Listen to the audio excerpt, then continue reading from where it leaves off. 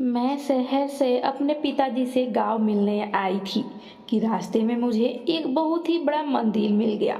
मैं सोची कि इतने दिनों के बाद गांव जा रही हूँ तो कुछ दाने पुण्य निकलते हुए ही निकल जाती हूँ। मैं मंदिर में गई और वहाँ पर अनाथों को और कुछ बुजुर्ग थे उन्हें कुछ खाने पीने के लिए देने लगी। जैसे ही मैं एक बूढ़े आदमी को कुछ खाने के लिए दी तो मेरे हाथों से उनके सामने कुछ अन्न के डिब्बे और एक्स्ट्रा गिर गए, जिसकी वजह से वह मेरी ओर देखते हुए बोलने लगे, बेटी मैं ये सारे खाना रख लूँ, मैं कई दिनों से भूखा हूँ, मुझे बहुत जोरों से भूख लगा हुआ है। मैं उनकी तरफ देखी तो हैरान हो गई, क्योंकि वह और कोई नहीं बल्कि वह बुजुर्ग आदमी मेरे पिताजी है। तो दोस्तों, स्टोरी शुरू करने से पहले अगर मेरे चैनल पर नए हैं तो प्लीज़ सब्सक्राइब कर दीजिए, और अगर स्टोरी पसंद आए तो ज़्यादा से ज़्यादा शेयर करके एक लाइक ना करना भूलिएगा। आपका एक सब्सक्राइब मेरे लिए बहुत ज़्यादा इम्पोर्टेंट होता है। तो चलिए स्टोरी को स्टार्ट करते हैं। मेरे पिताजी मेरा और मेरे भाई का परवरिश अकेले ही किए, क्योंकि जब मैं 10 साल की थी तब भी मेरी माँ गुजर गई थी। तब से पिताजी अकेले ही हम दोनों की परवरिश कर रहे थे। और फिर धीरे धीरे हम लोग का पढ़ाई भी शुरू हो गया था।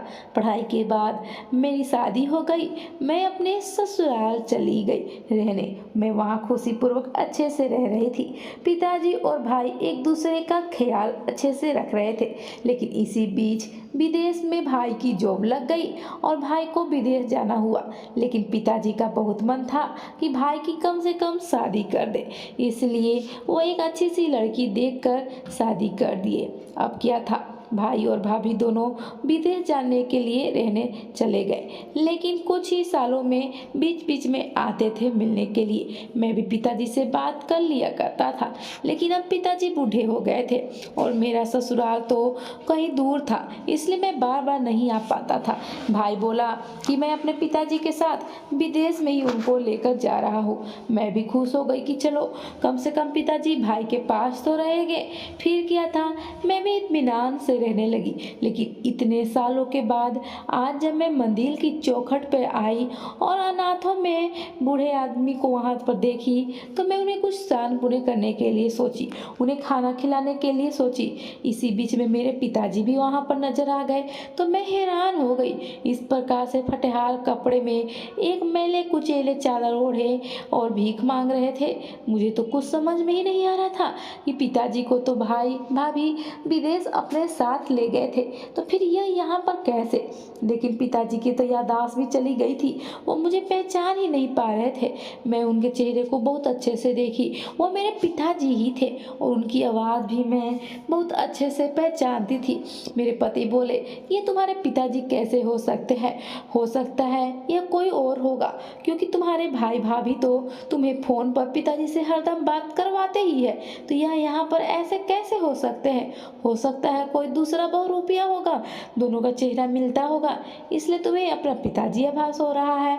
तो मैं बोली, नहीं जी, यह सचमुच मेरे पिताजी है। फिल्मों में ऐसा होता होगा कि दो शकल होते होंगे, लेकिन मैं अपने पिताजी को नहीं पहचान पाऊंगी, यह मेरे पिताजी ही है। मैं उस बूढ़े आदमी के पास गई और बोली, पिताजी आप मुझे नहीं पहचान रहे हैं, मैं आपकी बेटी। वह लेकिन मुझे देखते रह गए। मुंह ने प्यार से हाथ फेरी, लेकिन फिर भी वो मुझे नहीं पहचान पाए। बस वह कह रहे थे कि तुम अच्छी हो तुम, मुझे इतना दिनों के बाद कोई इतना अच्छा से बात कर रहा है, तुम अच्छी हो। मुझे तो कुछ समझ में ही नहीं आ रहा था कि पिताजी की याददाश्त कैसे चल गई। मैं पंडित जी से वहाँ पर मंदिर में पूछी कि पंडित जी, यह बूढ़े आदमी कब से यहाँ पर पड़े हुए हैं। तो वह बोले, कई साल हो गए, 5-6 सालों से यहाँ पर एक आदमी यहाँ पर इनको आकर छोड़कर चला गया था, तब से ये यहीं पर है, इनको कुछ भी याद नहीं आता है। बस यह नींद में कभी कभी बड़बड़ाते हैं कि मैंने कुछ नहीं किया, मैंने कुछ भी नहीं किया है, बस यही कहते रहते हैं और कुछ भी नहीं। और तो और यह इनको कुछ खाने को भी मिलता है तो कभी खाते हैं तो कभी ऐसे ही छोड़ देते हैं और कभी कभी तो औरों का भी छीन कर खा जाते हैं। ये यहीं पर इतने सालों से पड़े हुए हैं। पता नहीं कैसी संतानें हैं जो इनको इस प्रकार से यहाँ पर छोड़कर चली गई और एक बार भी ढूंढने की कोशिश नहीं की। उस पर मैं बोली, पंडित जी ये तो मेरे ही पिताजी हैं, लेकिन भाई भाभी के भरोसे मैं इनको छोड़ी थी और भाई भाभी ने विदेश ले जाने वाले थे, लेकिन फिर यहाँ पर यह कैसे आ गए कुछ समझ में नहीं आ रहा है। मैं इनको लेकर अपने घर जाती हूँ। मैं फिर अपने पिताजी को लेकर घर पर आ गई। घर पर उनका अच्छे से पूरा साफ सुथरा की, अच्छे कपड़े पहनाई, नहलवाई धुलवाई। उसके बाद पिताजी को भर पेट खाने के लिए दी। वो इस प्रकार से खाना खा रहे थे जैसे कई सालों से खाना नहीं खाए हो और बहुत खुश हो रहे थे खाना खा खा कर और मेरे तरफ बहुत प्यार से देख रहे थे। अभी भी उनको कुछ याद नहीं आ रहा था। मैं अपने पति से बातें कर रही थी कि पिताजी की ऐसी हालत कैसे हुई, तो मेरे पति बोले तुम अपने भाई पास फोन लगाओ, लेकिन पिताजी के बारे में कुछ भी मत बताना। मैं भाई के पास फोन लगाई। भाई फोन उठाया और बोला कैसी हो, कैसा हाल चाल है। तुम तो वो अपने ससुराल में इस प्रकार से बस गई कि पिताजी से बात करने के लिए तुमको तो वक्त भी नहीं मिल पाता है। बस महीने में एक बार बात कर लेती हो जाता है। तभी मैं बोली कि हाँ, मैं तो पिताजी से बात करने के लिए फ़ोन की थी। तो भाई बोला रुको देते हैं। पापा पापा आपकी बेटी का फ़ोन आया है। और वह पिताजी को फ़ोन दे दिया। उधर से आवाज़ आया, हाँ बेटी निधि तुम कैसी हो, इतने महीनों के बाद फिर से फ़ोन कर रही हो। बस तुम्हारे पास महीने में 1-2 दिन ही टाइम रहता है, हरदम क्यों नहीं बात किया करती हो, और सब ठीक तो है ना। तब मैं बोली हाँ पिताजी यहाँ पर तो सब ठीक है, लेकिन आपसे मिलने का बहुत मन कर रहा था, इसलिए वीडियो कॉल कीजिए ना, मुझे आपसे बात करना है।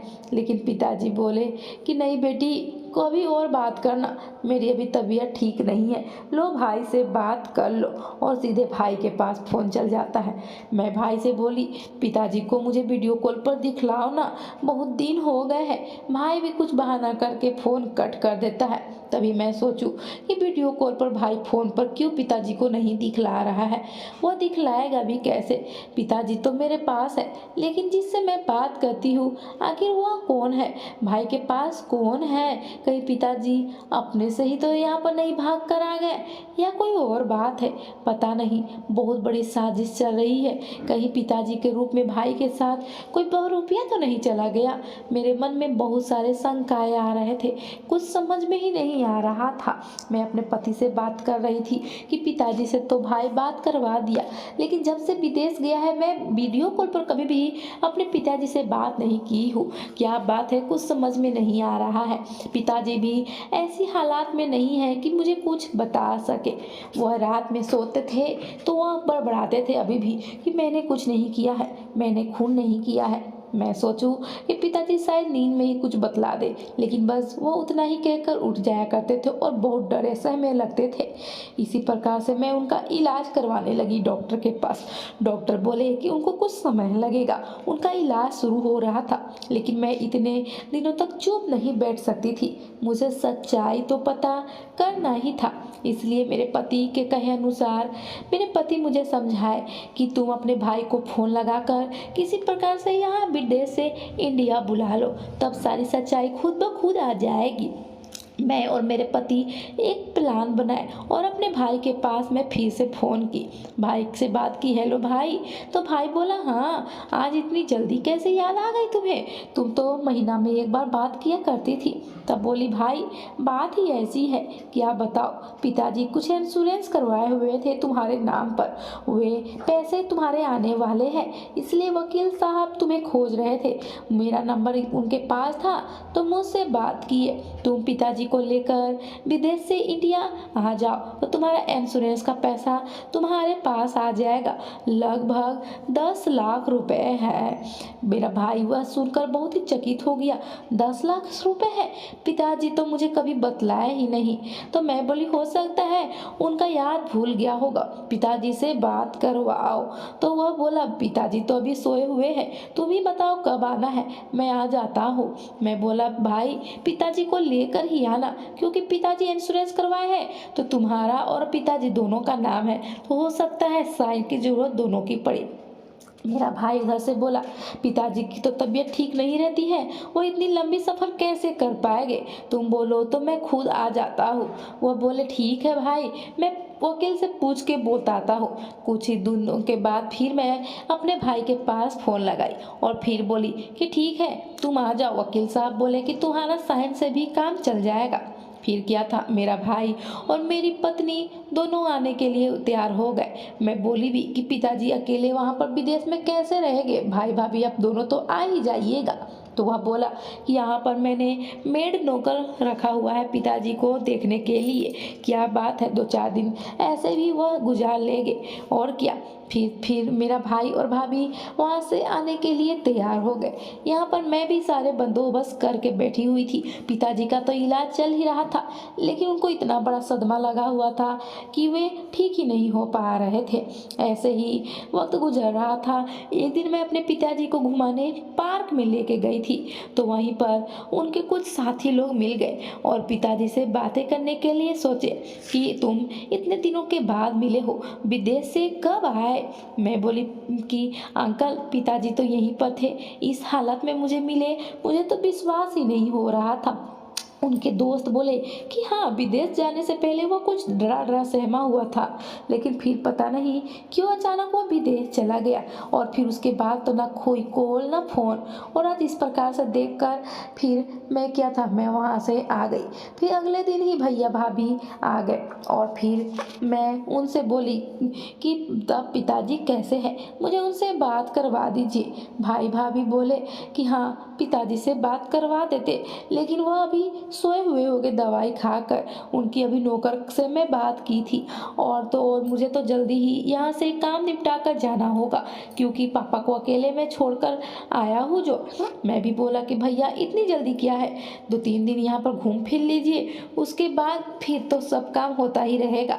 भाई भी उस समय मान गया।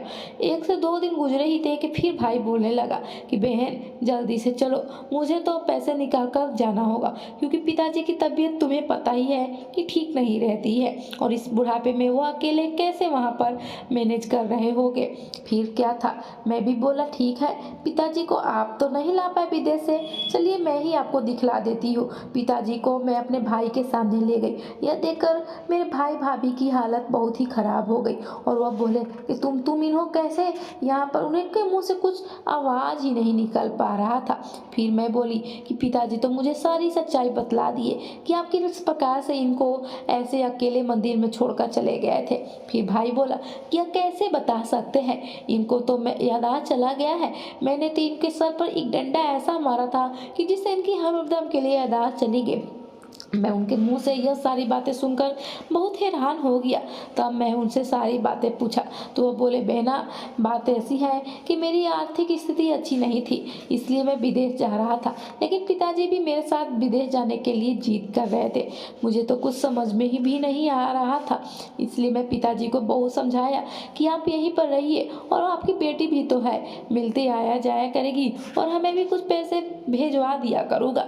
लेकिन एक दिन पिताजी मेरी और मेरी पत्नी की बातें सुन लिए, क्योंकि मैं सारा जमीन जायदाद बेचकर विदेश जा रहा था और यह बात सुनने के बाद वह मुझसे झगड़ा करने लगे कि तुम मुझे अकेले यहाँ पर छोड़कर मेरे सारे जमीन जायदाद धन दौलत लेकर जा रहे हो और कह रहे हो कि तुम यहीं पर रहो। इसी बीच में हम दोनों की नाकझोंक हो गई और मुझे गुस्सा आ गया और मैं एक डंडा पिताजी के सिर पर मार दिया। इसी प्रकार से उनकी यादाश्त चली गई तो मैं मंदिर में उन्हें बैठाकर विदेश चला गया, लेकिन मुझे कभी भी नहीं पता था कि तुमसे इनकी मुलाकात होगी, क्योंकि इनकी तो यादाश्त सचमुच चली गई थी, ये तो कभी तुमसे भेंट ही नहीं कर पाते। फिर तुम दोनों की कैसे मुलाकात हो गई। मैं भी अपने भाई को सारी कहानी बतलाई। फिर उसके बाद पुलिस आए और पुलिस भाई भाभी को गिरफ्तार करके ले गए। उनको उनकी कर्मों की सजा मिल गई। पिताजी का इलाज चला और कुछ दिनों के बाद उनकी यादाश्त आ गई। फिर पिताजी को मैं अच्छे से ध्यान रखने लगी। तो दोस्तों, ये छोटी सी स्टोरी कैसी लगी? अगर दिल को भा गई हो तो प्लीज़ ज़्यादा से ज़्यादा शेयर करके, मेरे चैनल पर नए हैं तो सब्सक्राइब करना ना भूलिए।